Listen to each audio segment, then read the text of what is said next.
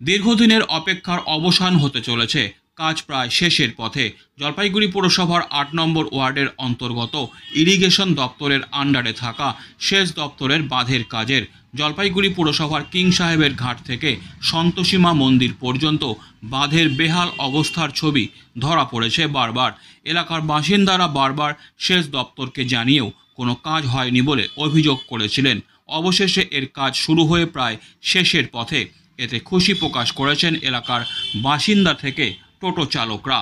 তারা বলেন, দীর্ঘ বছর থেকে এই বাঁধের হাল বেহাল অবস্থায় ছিল, চলাচলের অযোগ্য ছিল, ধুলোবালিতে ভর্তি ছিল, এলাকায় বসবাস করা কঠিন হয়ে পড়েছিল।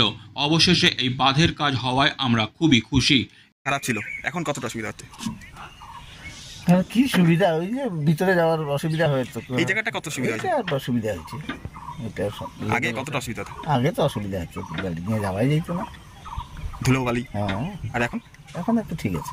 এ বিষয়ে সেচ দপ্তরের আধিকারিক বলেন, না, বাঁধের কাজ শুরু করেছে, এটা অনেকটা খুশি এলাকার বাসিন্দারা। ফিল্ডের বর্তমান পরিস্থিতি বলতে পারবো না, তবে আমি ওখানে যাই সকালবেলায়, তো ওখানে দেখতে পাচ্ছি যে প্রায় হয়ে গেছে। বাঁধটা ওখানে কোনো ভয়ানক পরিস্থিতি ছিল না, ক্ষতিগ্রস্ত ছিল। অনেকদিন ধরে মানুষ যাতায়াত করছে, ইন্টারফেয়ার করছে, এগুলো বাঁধের ক্ষতি করছে। এই হচ্ছে আমাদের অনেকদিন ধরে ওখানে কাজ টেক আপ করা যায়নি। আমরা তো এক বছরে সব জায়গায় সবসময় কাজ প্রয়োজন অনুযায়ী টেক আপ করতে পারছি না। পয়সার বাজেটের ব্যাপার আছে, যেখানে বেশি প্রয়োজন সেখানে করি, যেখানে কম প্রয়োজন সেটা একটু পরে করি বা 2 বছর বাদে করি ইত্যাদি।